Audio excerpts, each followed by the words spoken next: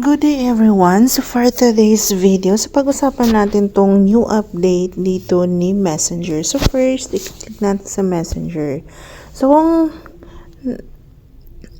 nahihirapan kayong mag-delete all sa mga messages or group chat ninyo, so which is, meron na rin ditong update si Facebook Messenger. Diba dito sa taas dati meron lang all, unread, and groups, and para ma-delete all, kapag ganyan kasi, so isa lang yung madidelete mo dyan.